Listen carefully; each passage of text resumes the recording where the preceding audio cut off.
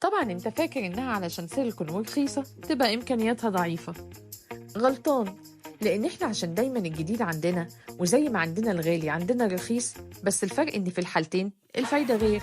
خلينا متفقين انك اكيد قابلتها في مواقع كتير، بس كل اللي بتقابله في مواقع كتير بيبقى السلايد بتاعها وش واحد، يعني الوش اللي بتلزقه على اي سطح.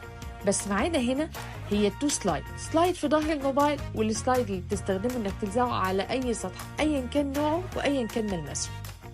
وزي ما قلت لك قبل كده، هو صحيح حجمه صغير وسعره قليل، بس امكانياته كتيره وعديده.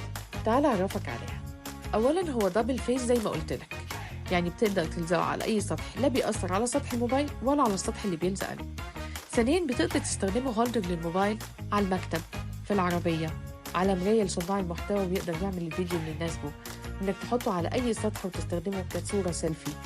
وغير بقى الاستخدامات الاخرى للموبايل، هو مش بس بيبقى في ظهر الموبايل عشان تسند الموبايل بيه على اي سطح، بالعكس انت تقدر تثبت فيه الباور بانك بتاعك، الكيبل بتاع الشحن، السماعة بتاعتك، الايربودز، وغيرها من الاستخدامات، زي انك تثبته وتتمرن اونلاين في الجيم أو في البيت، أو إنك تثبته لأي بنت أو أي ست عايزة تعمل وصفة من خلال وصفات الطبخ الموجودة أونلاين على اليوتيوب أو أي أبليكيشن آخر.